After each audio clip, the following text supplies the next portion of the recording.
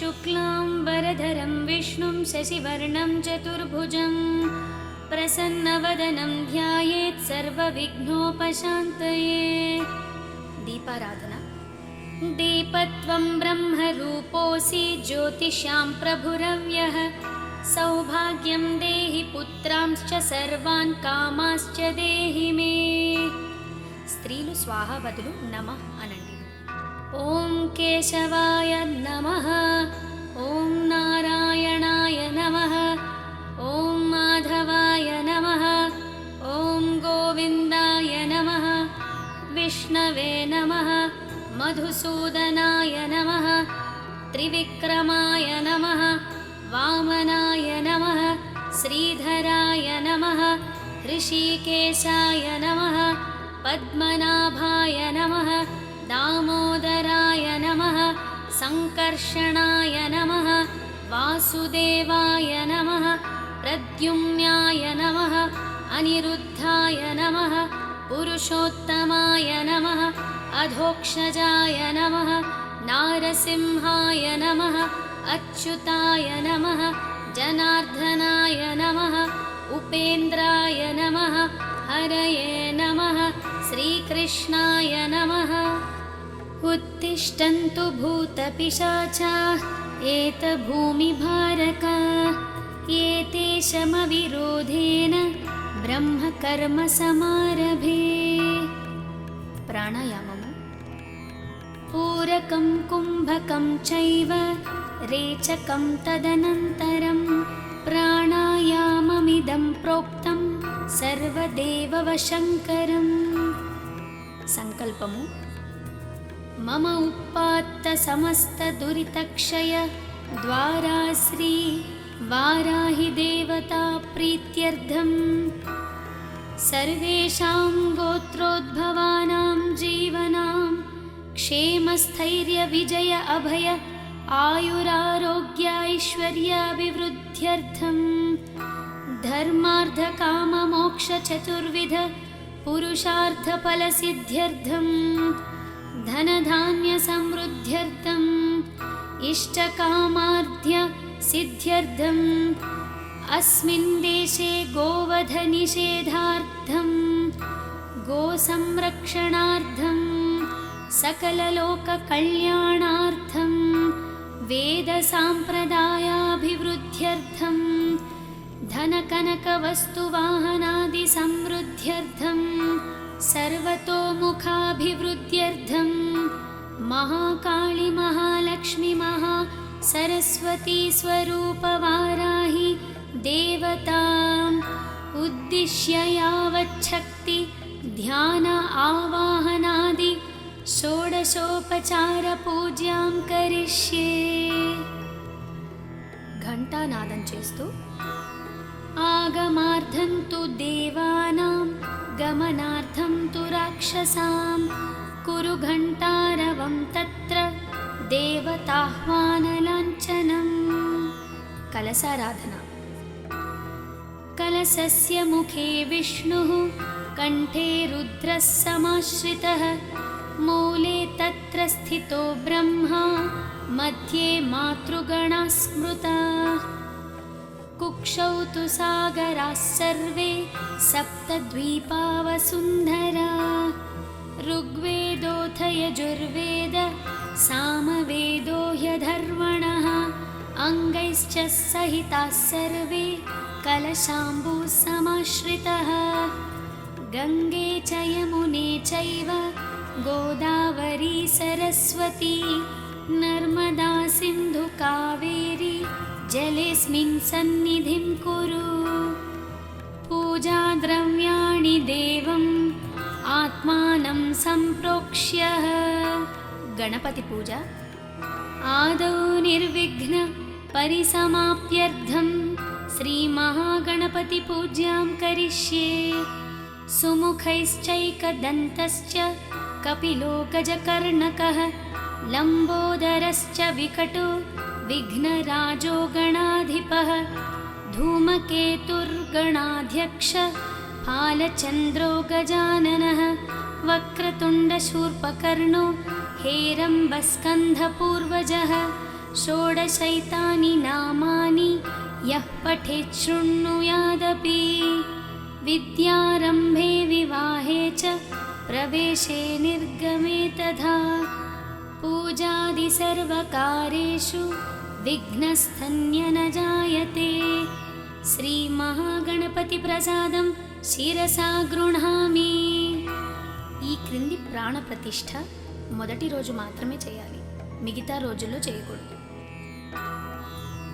ప్రాణప్రతిష్ఠ. మేఘశ్యామరుచిరం మనోహరకుచాం నేత్రత్రయోద్భాసితాం కోలాస్యాం శశిరేఖరాం అచలితైః దంష్ట్రాతలైః శోభితాం బిభ్రాణాం స్వకరాంబుజై రసిలతాం చర్మాసి పాశం శృణీం వారాహీం అనుచింతయేత్ గిరివరా రూఢాం శుభలాంకృతీం సాంగాం సాయుధాం సహవాహనాం సశక్తిం పతిపుత్ర పరివార సమేతాం శ్రీవారాహీ మాతాం ఆవాహయామి స్థాపయామి పూజయామి.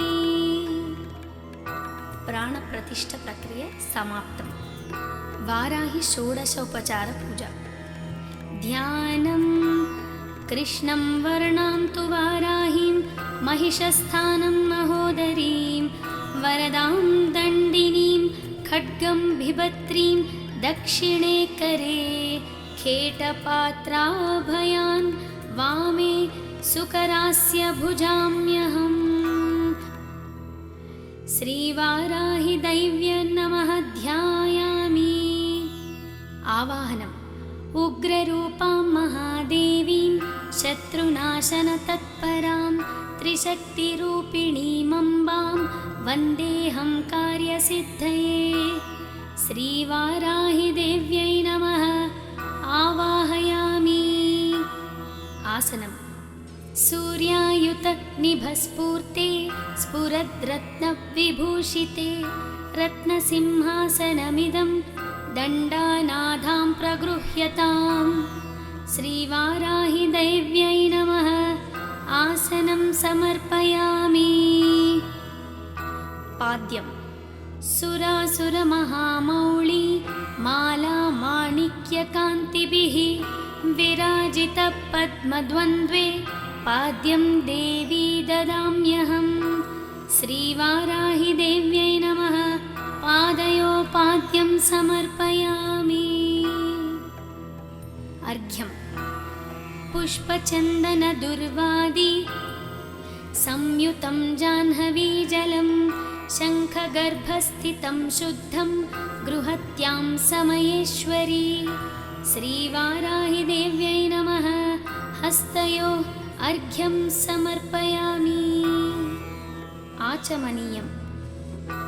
పుణ్యో తీర్థోదకం చైవ విశుద్ధం శుద్ధిదం సదా గృహాణాచమనం దేవి రిపుసంహార తాండవీం. శ్రీవారాహి దేవ్యై నమః ఆచమనీయం సమర్పయామి. స్నానం. పయోదధిఘృతోపేతం శర్కరా మధు సంయుతం పంచామృతమిదం స్నానం గృహాణ సురపూజితే. శ్రీవారాహి దేవ్యై నమః పంచామృత స్నానం సమర్పయామి. తదనంతరం శుద్ధోదక స్నానం సమర్పయామి. స్నానాంతరం ఆచమనీయం సమర్పయామి. వస్త్రం. ధరణీ ధారణీ ధేనుర్ధరిత్రీ ధావనీధవా కృష్ణాంబరం ప్రయచ్ఛామి విద్యుత్ అంగజటాధరే. శ్రీవారాహి దేవ్యై నమః వస్త్రయుగ్మం సమర్పయామి. వస్త్రయుగ్మధారణాంతరం ఆచమనీయం సమర్పయామి. యజ్ఞోపవీతం. ऋग्यजुःसामरूपा च परा पौत्रिण्युदुम्बरा सौवर्णं यज्ञसूत्रन्ते ददामि परमेश्वरी. श्रीवाराहिदेव्यै नमः। यज्ञोपवीतं समर्पयामि। गन्धम् कस्तूरीकुङ्कुमैर्युक्तं घनसारविमश्रितं मलयाचलसम्भूतं चन्दनं प्रतिगृह्यताम्। श्रीवाराहिदेव्यै नमः। श्रीगन्धान् धारयामि। हरिद्रा कुङ्कुमादिसुगन्ध द्रव्याणि समर्पयामि। पुष्पम् आभरणम् तुरीयवनसम्भूतं नानागुणमनोहरम् आनन्दसौरभं पुष्पं गृह्यतां परदेवताम्। श्रीवाराहिदेव्यै नमः। पुष्पाभरणानि समर्पयामि। अङ्गपूजा श्रीवाराह्यै नमः। पादौ पूजयामि। भक्तोपद्रवनाशिन्यै नमः। गुल्फौ पूजयामि। पीठात्मिकायै नमः। जानुनी पूजयामि। उन्मत्तभैरवाङ्कस्थायै ऊरुं पूजयामि। सिंहवाहनायै नमः। कटिं पूजयामि। नीलास्यायै नमः। नाभिं पूजयामि। पञ्चम्यै नमः। उदरं पूजयामि। परमेश्वरवल्लभायै नमः। हृदयं पूजयामि। घनस्तनसमोपेतायै नमः। स्तनौ पूजयामि। मुसलधारिण्यै नमः। भुजद्वयं पूजयामि। भक्तानाम् अभयप्रदायै नमः। कण्ठं पूजयामि। क्रोडानानै नमः। मुखं पूजयामि। सुनासिकायै नमः। नासिकां पूजयामि। कपिललोचनायै नमः। नेत्रे पूजयामि। चिन्तितार्थप्रदायिन्यै नमः। कर्णौ पूजयामि। अशुभवारिण्यै नमः। ललाटं पूजयामि। वाराहवदनायै नमः। शिरः पूजयामि। शत्रुनाशिन्यै नमः। सर्वाण्यङ्गानि पूजयामि। वाराहीस्तुति नमस्तो देवि वाराहि जयकारस्वरूपिणि जपित्वा भूमिरूपेण नमो भगवतः प्रिये जय क्रोडास्तु वाराहि देवि त्वां च समाम्यहं जय वाराहि विश्वेशि मुख्यवाराहि ते नमः मुख्यवाराहि वन्दे त्वाम् अन्धे अन्धिनि ते नमः सर्वदुष्टप्रदुष्टानां वाक्स्तम्भनकरी नमः नमस्तम्भिनि स्तम्भे त्वां जृम्भे जृम्भिणि ते नमः रुन्धे रुन्धिनि वन्दे त्वां नमो देवी तु मोहिनी स्वभक्तानां हि सर्वेषां सर्वकामप्रदे नमः बाह्वौ स्तम्भकरी वन्दे चित्तस्तम्भिनि ते नमः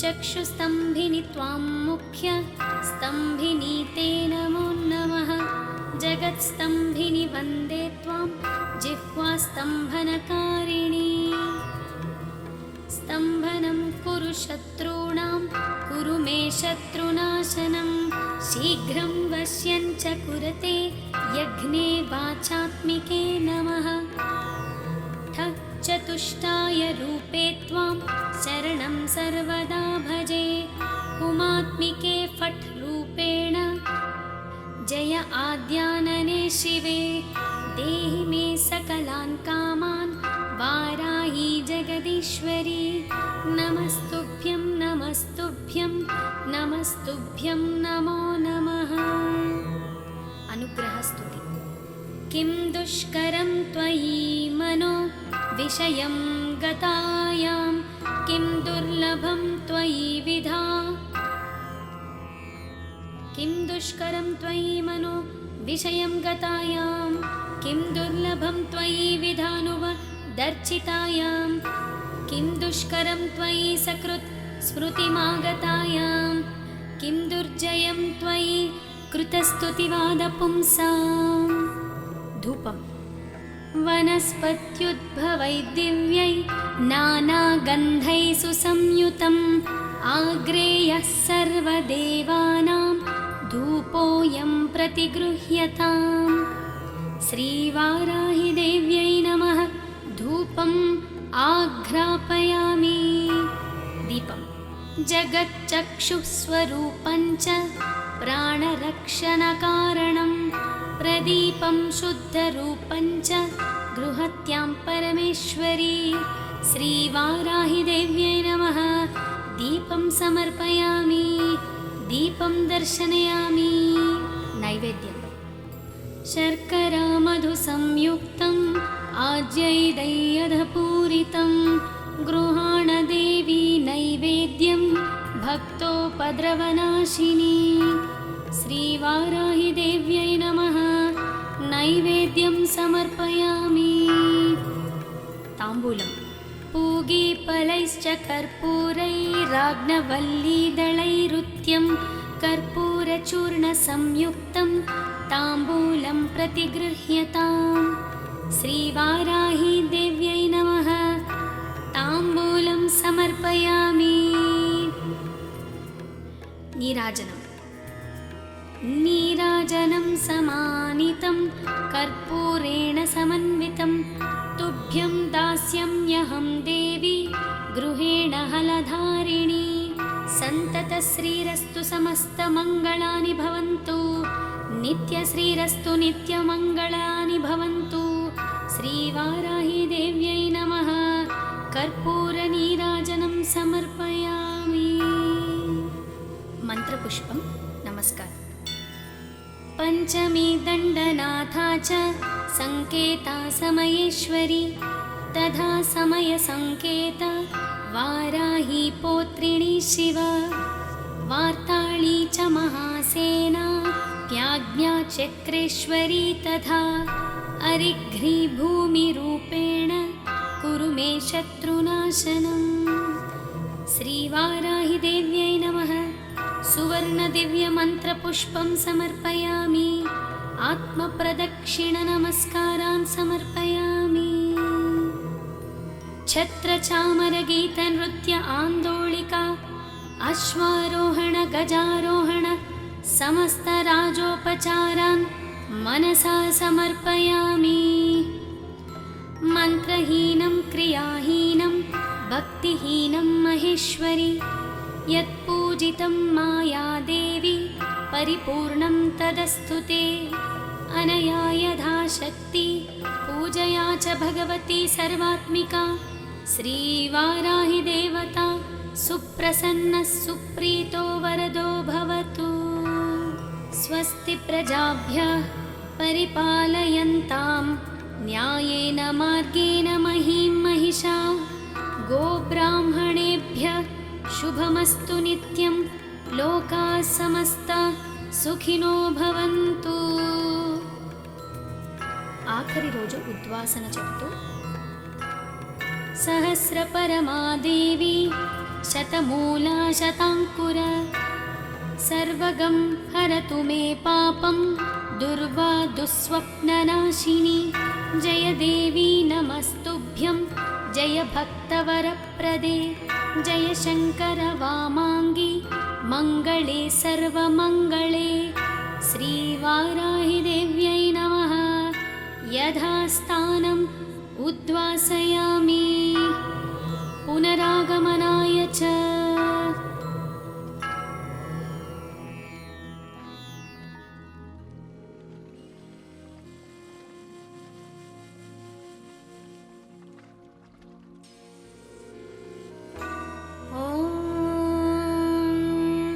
शुक्लाम्बरधरं विष्णुं शशिवर्णं चतुर्भुजं प्रसन्नवदनं ध्यायेत् सर्वविघ्नोपशान्तये। दीपाराधना। दीपत्वं ब्रह्मरूपोऽसि ज्योतिषां प्रभुरव्यः। सौभाग्यं देहि पुत्रांश्च सर्वान् कामाश्च देहि मे। स्त्रीलु स्वाहा बदलु नमः अनंడి। ओं केशवाय नमः। ओं नारायणाय नमः। ओं माधवाय नमः। ओं विष्णवे नमः मधुसूदनाय नमः त्रिविक्रमाय नमः वामनाय नमः श्रीधराय नमः ऋषिकेशाय नमः पद्मनाभाय नमः दामोदराय नमः संकर्षणाय नमः वासुदेवाय नमः प्रद्युम्नाय नमः अनिरुद्धाय नमः पुरुषोत्तमाय नमः अधोक्षजाय नमः नारसिंहाय नमः अच्युताय नमः जनार्दनाय नमः उपेन्द्राय नमः हरये नमः श्रीकृष्णाय नमः। उत्तिष्ठन्तु भूतपिशाचाः एतभूमिभारका एतेषमविरोधेन ब्रह्मकर्मसमारभे। प्राणायामम् पूरकं कुम्भकं चैव रेचकं तदनन्तरं प्राणायाममिदं प्रोक्तं सर्वदेववशङ्करम्। संकल्पमु मम उपात्तसमस्तदुरितक्षय द्वारा श्री वाराहि देवता प्रीत्यर्थं सर्वेषां गोत्रोद्भवानां जीवनां क्षेमस्थैर्यविजय अभय आयुरारोग्यैश्वर्याभिवृद्ध्यर्थं धर्मार्थकाममोक्षचतुर्विध पुरुषार्थफलसिद्ध्यर्थं धनधान्यसमृद्ध्यर्थम् इष्टकामार्थ्य सिद्ध्यर्थम् अस्मिन् देशे गोवधनिषेधार्थं गोसंरक्षणार्थं सकललोककल्याणार्थं वेदसाम्प्रदायाभिवृद्ध्यर्थं धनकनकवस्तुवाहनादिसमृद्ध्यर्थं सर्वतोमुखाभिवृद्ध्यर्थं महाकाली महालक्ष्मी महासरस्वती स्वरूपवाराहि देवताम् उद्दिश्य यावच्छक्ति ध्यान आवाहनादि షోడశోపచారపూజాం కరిష్యే। ఘంటానాదం చేస్తూ ఆగమార్థం తు దేవానాం గమనార్థం తు రాక్షసాం కురు ఘంటారవం తత్ర దేవతాహ్వానలాంఛనం। కలసారాధన కలశస్య ముఖే విష్ణుః కంఠే రుద్రः సమాశ్రితः मूले तत्र स्थितो ब्रह्मा मध्ये मातृगणाः स्मृताः कुक्षौ तु सागराः सर्वे सप्तद्वीपा वसुन्धरा ऋग्वेदोऽथ यजुर्वेद सामवेदो ह्यधर्वणः अङ्गैश्च सहिताः सर्वे कलशाम्बुः समाश्रितः गङ्गे च यमुने चैव गोदावरी सरस्वती नर्मदा सिन्धु कावेरी जलेऽस्मिन् सन्निधिं कुरु। पूजाद्रव्याणि देवम् आत्मानं सम्प्रोक्ष्य। गणपति पूजा आदौ निर्विघ्न परिसमाप्त्यर्थं श्रीमहागणपति पूज्यां करिष्ये।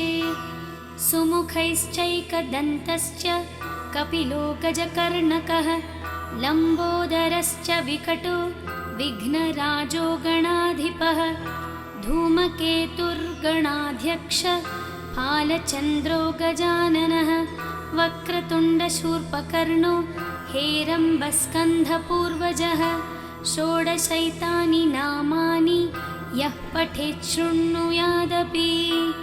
विद्यारम्भे विवाहे च प्रवेशे निर्गमे तथा पूजादिसर्वकार्येषु विघ्नस्तन्य न जायते। श्रीमहागणपतिप्रसादं शिरसा गृह्णामि। ఈ క్రింది ప్రాణ ప్రతిష్ఠ మొదటి రోజు మాత్రమే చేయాలి, మిగతా రోజుల్లో చేయకూడదు. ప్రాణ ప్రతిష్ఠ మేఘశ్యామరుచిరం మనోహరకుచాం नेत्रत्रयोद्भासितां कोलास्यां शशिरेखराम् अचलितैः दंष्ट्रातलैः शोभितां बिभ्राणां स्वकराम्बुजै रसिलतां चर्मासि पाशं सृणीं वाराहीम् अनुचिन्तयेत् गिरिवरा रूढां शुभलाङ्कृतिं साङ्गां सायुधां सहवाहनां सशक्तिं पतिपुत्रपरिवारसमेतां श्रीवाराही माताम् आवाहयामि स्थापयामि पूजयामि। प्राणप्रतिष्ठ प्रक्रिया समाप्तम्। वाराही षोडशोपचार पूजा। ध्यानं कृष्णं वर्णां तु वाराहीं महिषस्थानं महोदरीं वरदां दण्डिनीं खड्गं बिभत्रीं दक्षिणे करे खेटपात्राभयान् वामे सुकरास्य भुजाम्यहम्। श्रीवाराही दैव्य नमः ध्यायामि। आवाहनम् उग्ररूपां महादेवीं शत्रुनाशनतत्परां त्रिशक्तिरूपिणीमम्बां वन्देऽहं कार्यसिद्धये। श्रीवाराही देव्यै नमः आवाहयामि। आसनम् सूर्यायुतनिभस्फूर्ते स्फुरद्रत्नविभूषिते रत्नसिंहासनमिदं दण्डानाथां प्रगृह्यताम्। श्रीवाराही दैव्यै नमः आसनं समर्पयामि। पाद्यम् सुरासुरमहामौळी माला माणिक्यकान्तिभिः विराजितपद्मद्वन्द्वे पाद्यं देवी ददाम्यहम्। श्रीवाराही देव्यै नमः पादयो पाद्यं समर्पयामि। अर्घ्यम् पुष्पचन्दनदुर्वादी संयुतं जाह्नवीजलं शङ्खगर्भस्थितं शुद्धं गृहत्यां समयेश्वरी। श्रीवाराही देव्यै नमः हस्तयो अर्घ्यं समर्पयामि। आचमनीयम् पुण्यो तीर्थोदकं चैव विशुद्धं शुद्धिदं सदा गृहाणाचमनं देवी रिपुसंहारताण्डवीं। श्रीवाराही देव्यै नमः आचमनीयं समर्पयामि। स्नानम् पयोदधिघृतोपेतं शर्करामधुसंयुतं पञ्चामृतमिदं स्नानं गृहाणसुरपूजिते। श्रीवाराही देव्यै नमः पञ्चामृतस्नानं समर्पयामि। तदनन्तरं शुद्धोदकस्नानं समर्पयामि। स्नानान्तरम् आचमनीयं समर्पयामि। वस्त्रम् धरणीधारणी धेनुर्धरित्री धावनीधवा कृष्णाम्बरं प्रयच्छामि विद्युत् अङ्गजटाधरे। श्रीवाराही देव्यै नमः वस्त्रयुग्मं समर्पयामि। वस्त्रयुग्मधारणान्तरम् आचमनीयं समर्पयामि। यज्ञोपवीतम् ऋग्यजुःसामरूपा च परा पौत्रिण्युदुम्बरा सौवर्णं यज्ञसूत्रन्ते ददामि परमेश्वरी। श्रीवाराही देव्यै नमः यज्ञोपवीतं समर्पयामि। गन्धम् कस्तूरी कुङ्कुमैर्युक्तं घनसारविमश्रितं मलयाचलसम्भूतं चन्दनं प्रतिगृह्यताम्। श्रीवाराही देव्यै नमः श्रीगन्धान् धारयामि। हरिद्रा कुङ्कुमादिसुगन्ध द्रव्याणि समर्पयामि। पुष्पम् आभरणम् तुरीयवन सौन्दर्यसम्भूतं नानागुणमनोहरम् आनन्दसौरभं पुष्पं गृह्यतां परदेवतां श्रीवाराहिदेव्यै नमः। पुष्पाभरणानि समर्पयामि। अङ्गपूजा। श्रीवाराह्यै नमः। पादौ पूजयामि। भक्तोपद्रवनाशिन्यै नमः। गुल्फौ पूजयामि। पीठात्मिकायै नमः। जानुनी पूजयामि। उन्मत्तभैरवाङ्कस्थायै ऊरुं पूजयामि। सिंहवाहनायै नमः। कटिं पूजयामि। नीलास्यायै नमः। नाभिं पूजयामि। पञ्चम्यै नमः। उदरं पूजयामि। परमेश्वरवल्लभायै नमः। हृदयं पूजयामि।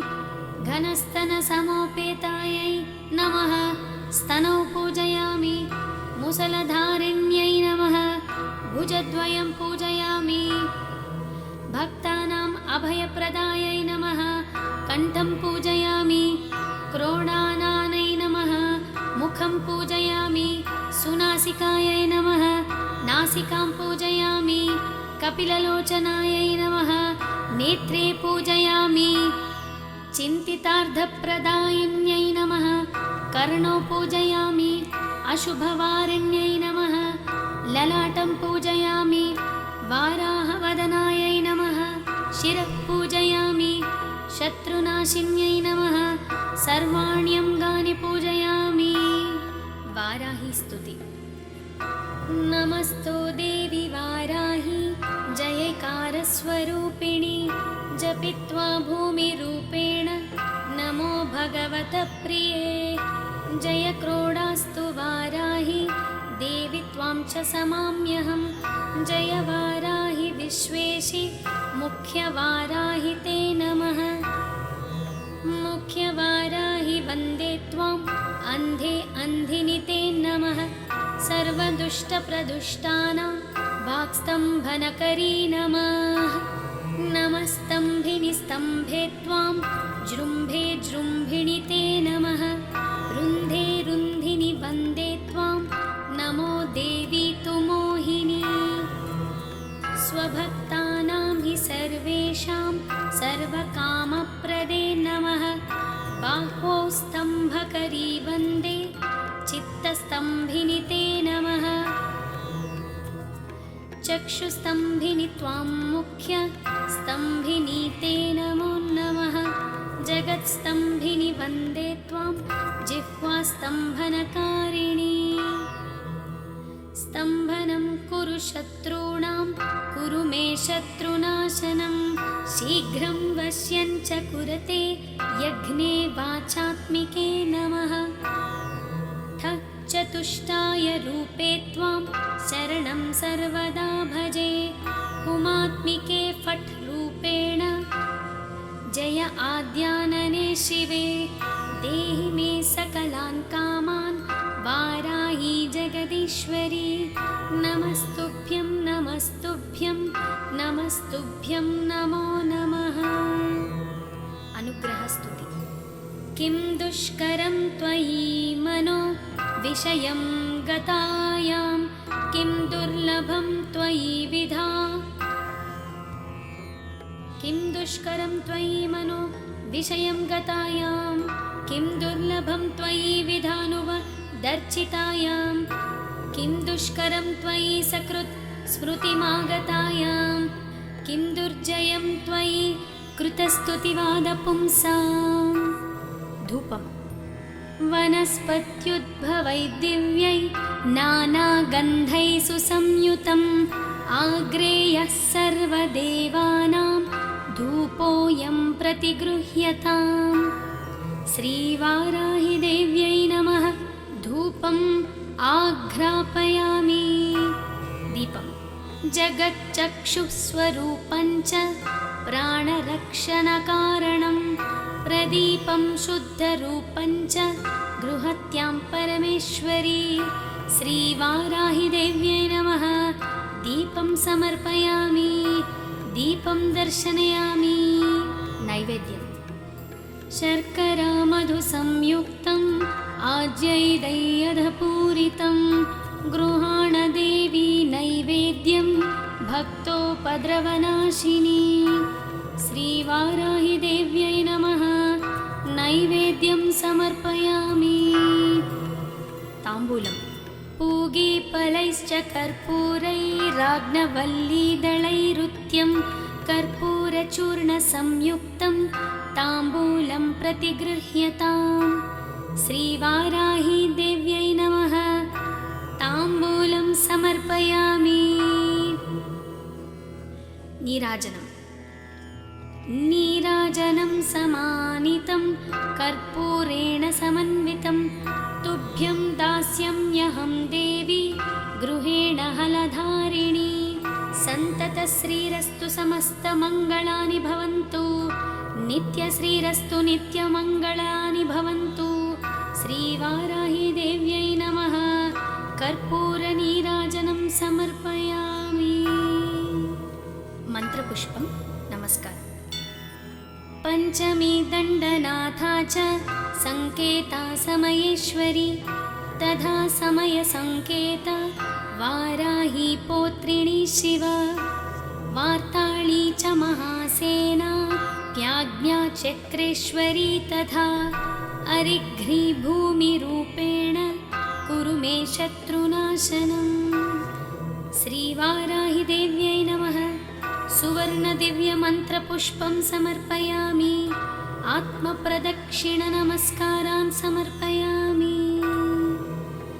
छत्रचामरगीतनृत्य आन्दोलिका अश्वारोहण गजारोहण समस्तराजोपचारान् मनसा समर्पयामि। मन्त्रहीनं क्रियाहीनं भक्तिहीनं महेश्वरी यत्पूजितं माया देवी परिपूर्णं तदस्तु ते। अनया यथाशक्ति पूजया च भगवती सर्वात्मिका। श्रीवाराहि देवता सुप्रसन्नः सुप्रीतो वरदो भवतु। स्वस्ति प्रजाभ्यः परिपालयन्तां न्यायेन मार्गेण महीं महिषाः। गोब्राह्मणेभ्यः शुभमस्तु नित्यं। लोकाः समस्ताः सुखिनो भवन्तु। ఆఖరి రోజు ఉద్వాసన చెబుతూ सहस्रपरमादेवी शतमूला शताङ्कुर सर्वगं हरतु मे पापं दुर्वा दुःस्वप्ननाशिनी। जय देवी नमस्तुभ्यं जय भक्तवरप्रदे जय शङ्कर वामाङ्गी मङ्गले सर्वमङ्गले। श्रीवाराहि देव्यै नमः। यथास्थानम् उद्वासयामि पुनरागमनाय च।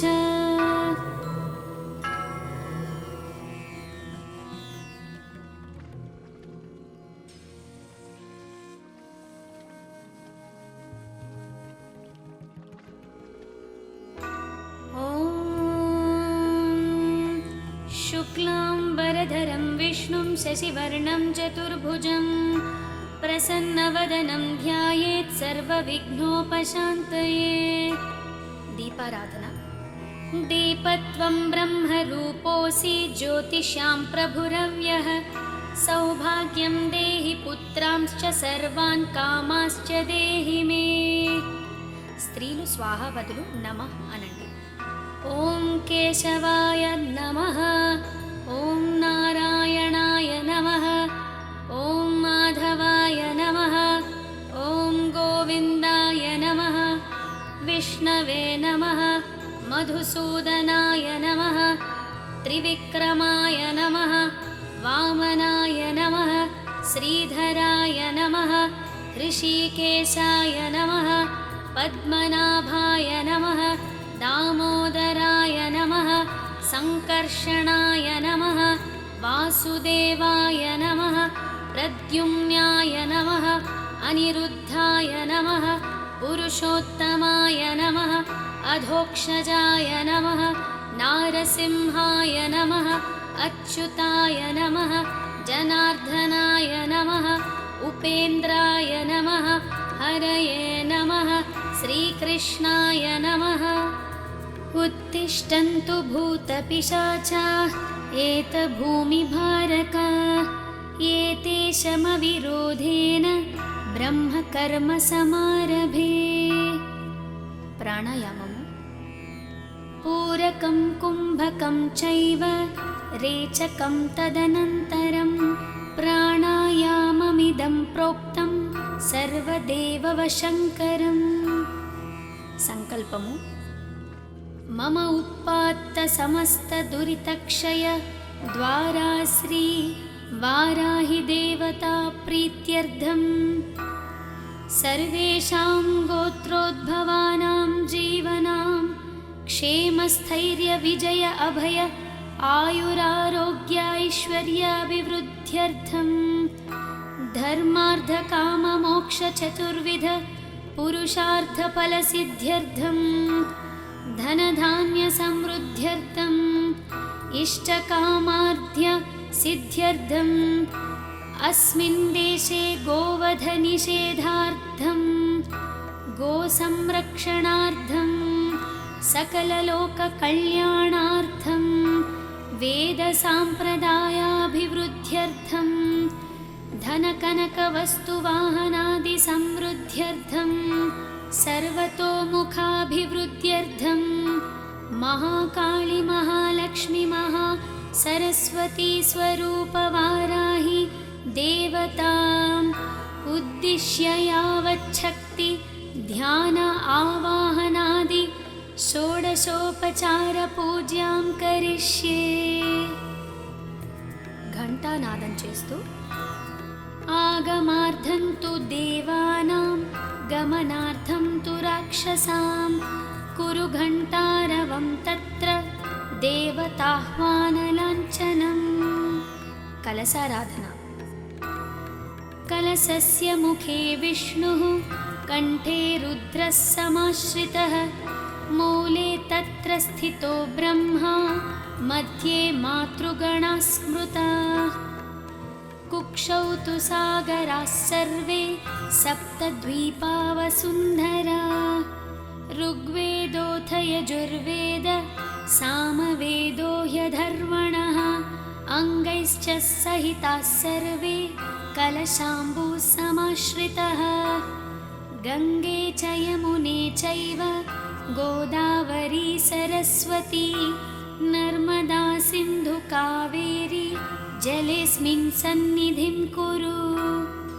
पूजाद्रव्याणि देवम् आत्मानं सम्प्रोक्ष्य गणपति पूजा आदौ निर्विघ्न परिसमाप्त्यर्थं श्रीमहागणपति पूज्यां करिष्ये।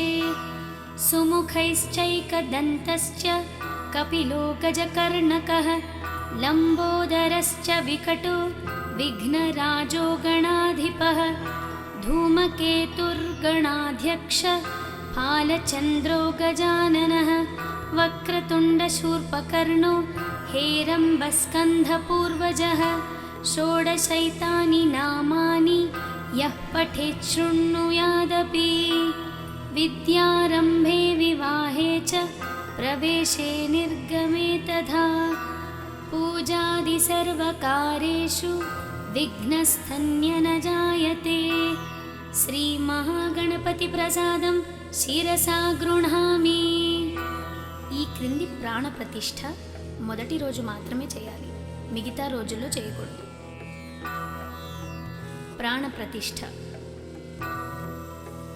మేఘశ్యామరుచిరం మనోహరకుచాం నేత్రత్రయోద్భాసితాం కోలాస్యాం శశిరేఖరాం అచలితైః దంష్ట్రాతలైః శోభితాం బిభ్రాణాం స్వకరాంబుజై రసిలతాం చర్మాసి పాశం శృణీం వారాహీం అనుచింతయేత్ గిరివరా రూఢాం శుభలాంకృతీం సాంగాం సాయుధాం సహవాహనాం సశక్తిం పతిపుత్ర పరివార సమేతాం శ్రీవారాహీ మాతాం ఆవాహయామి.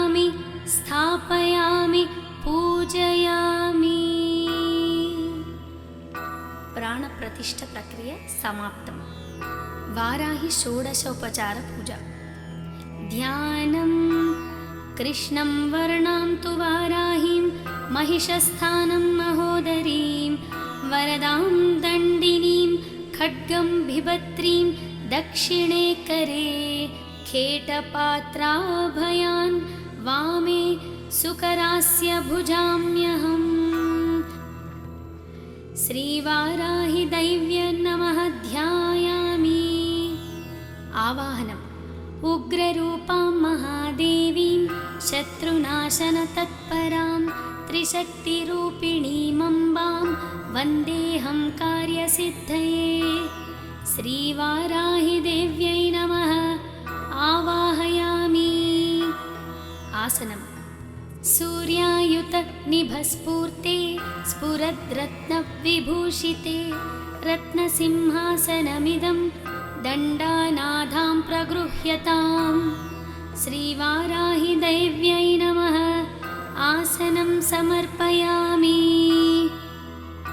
पाद्यम् सुरासुरमहामौळी माला माणिक्यकान्तिभिः विराजितपद्मद्वन्द्वे पाद्यं देवी ददाम्यहम्। श्रीवाराहि देव्यै नमः पादयो पाद्यं समर्पयामि।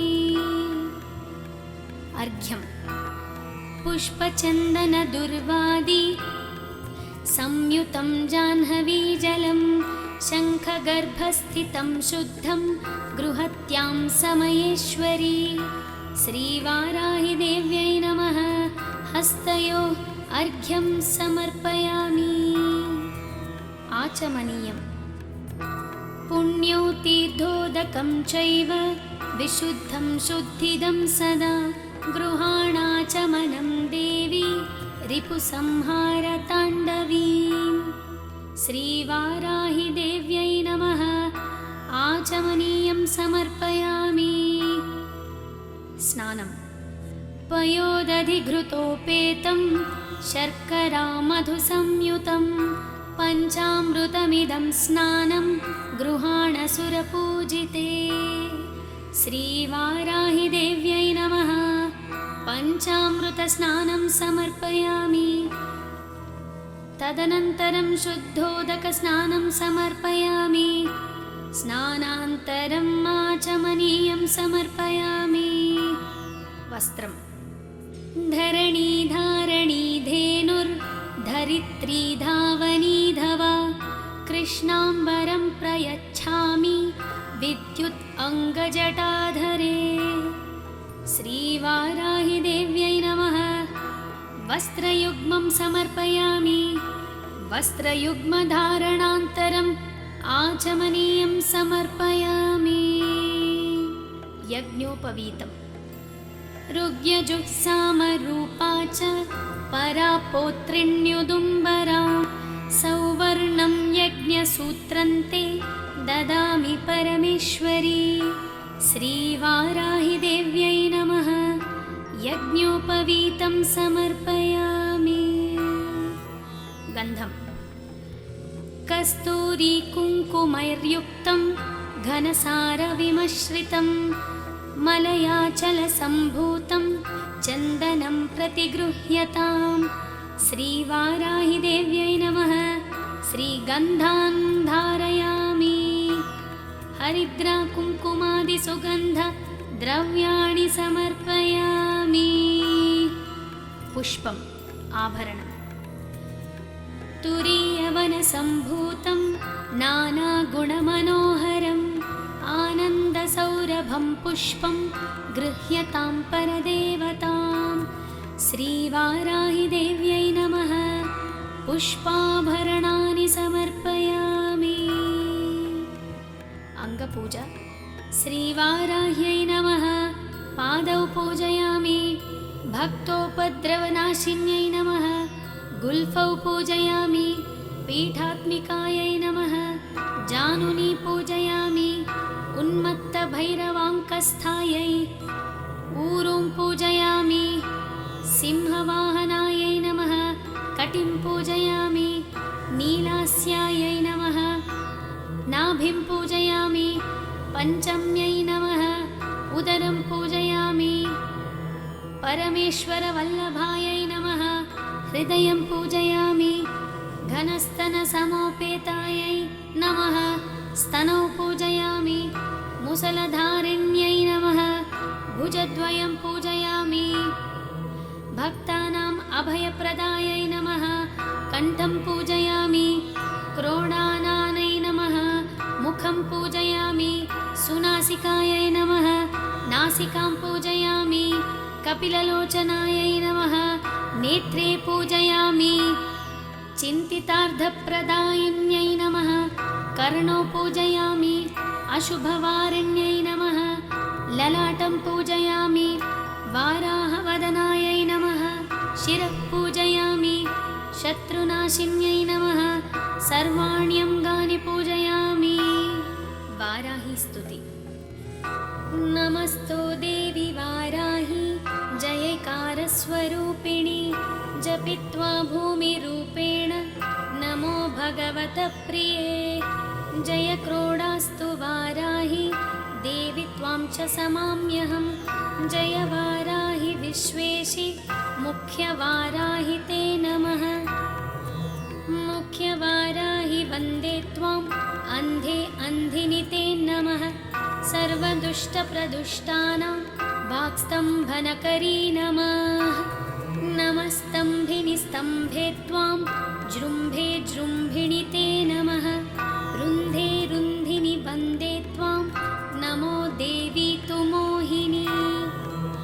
स्वभक्तानां हि सर्वेषां सर्वकामप्रदे नमः। बाह्वो स्तम्भकरी वन्दे चित्तस्तम्भिनि ते नमः। चक्षुस्तम्भिनि त्वां मुख्य स्तम्भिनि ते नमो नमः। जगत्स्तम्भिनि वन्दे त्वां जिह्वास्तम्भनकारिणी। स्तम्भनं कुरु शत्रूणां कुरु मे शत्रुनाशनं। शीघ्रं वश्यं च कुरते यज्ञे वाचात्मिके नमः। ठः चतुष्टाय रूपे त्वां शरणं सर्वदा भजे। हुमात्मिके फट् रूपेण जय आद्यानने शिवे। देहि मे सकलान् कामान् वाराही जगदीश्वरी। नमस्तुभ्यं नमस्तुभ्यं नमस्तुभ्यं नमो नमः। अनुग्रहस्तुति। किं दुष्करं त्वयि मनो विषयं गतायां। किं दुर्लभं त्वयि विधा। किं दुष्करं त्वयि मनो विषयं गतायां। किं दुर्लभं त्वयि विधानुवदर्चितायां। किं दुष्करं त्वयि सकृत् स्मृतिमागतायां। किं दुर्जयं त्वयि कृतस्तुतिवादपुंसां। धूपम्। वनस्पत्युद्भवै दिव्यै नानागन्धैः सुसंयुतम्। आग्रेयः सर्वदेवानां धूपोऽयं प्रतिगृह्यताम्। श्रीवाराही देव्यै नमः धूपम् आघ्रापयामि। दीपम्। जगच्चक्षुस्वरूपं च प्राणरक्षणकारणं। प्रदीपं शुद्धरूपं च गृहत्यां परमेश्वरी। श्रीवाराही देव्यै नमः दीपं समर्पयामि। दीपं दर्शयामि। नैवेद्यम्। शर्करामधुसंयुक्तम् आज्यैदय्यधपूरितं। गृहाण देवी नैवेद्यं भक्तोपद्रवनाशिनी। श्रीवाराही देव्यै नमः नैवेद्यं समर्पयामि। ताम्बूलम्। पूगीफलैश्च कर्पूरैराग्नवल्लीदलैरुत्यं। कर्पूरचूर्णसंयुक्तं ताम्बूलं प्रतिगृह्यताम्। श्रीवाराही देव्यै नमः ताम्बूलं समर्पयामि। नीराजनम्। नीराजनं समानितं कर्पूरेण समन्वितं। तुभ्यं तुभ्यं दास्यम्यहं देवी गृहेण हलधारिणी। सन्ततश्रीरस्तु समस्तमङ्गलानि भवन्तु, नित्यश्रीरस्तु नित्यमङ्गलानि भवन्तु। श्रीवाराही देव्यै नमः। कर्पूरनीराजनं समर्पयामि। मन्त्रपुष्पं नमस्कार। पञ्चमी दण्डनाथा च संकेता समयेश्वरी, तथा समयसंकेता वाराही पौत्रिणी शिव। वार्ताळी च महासेना त्याज्ञा चक्रेश्वरी, तथा अरिघ्रीभूमिरूपेण कुरु मे शत्रुनाशनम्। श्रीवाराही देव्यै नमः। सुवर्णदिव्यमन्त्रपुष्पं समर्पयामि। आत्मप्रदक्षिणनमस्कारान् समर्पयामि। छत्रचामरगीतनृत्य आन्दोलिका अश्वारोहण गजारोहण समस्तराजोपचारान् मनसा समर्पयामि। मन्त्रहीनं क्रियाहीनं भक्तिहीनं महेश्वरी, यत्पूजितं मायादेवी परिपूर्णं तदस्तु ते। अनया यथाशक्ति पूजया च भगवती सर्वात्मिका श्रीवाराही देवता सुप्रसन्नः सुप्रीतो वरदो भवतु। स्वस्ति प्रजाभ्यः परिपालयन्तां न्यायेन मार्गेण महीं महिषा। गोब्राह्मणेभ्यः शुभमस्तु नित्यं, लोकाः समस्ताः सुखिनो भवन्तु। ఆఖరి రోజు ఉద్వాసన చెబుతూ सहस्रपरमादेवी शतमूला शताङ्कुर, सर्वगं हरतु मे पापं दुर्वा दुःस्वप्ननाशिनी। जय देवी नमस्तुभ्यं, जय भक्तवरप्रदे, जय शङ्कर वामाङ्गी, मङ्गले सर्वमङ्गले। श्रीवाराही देव्यै नमः। यथास्थानम् उद्वासयामि। पुनरागमना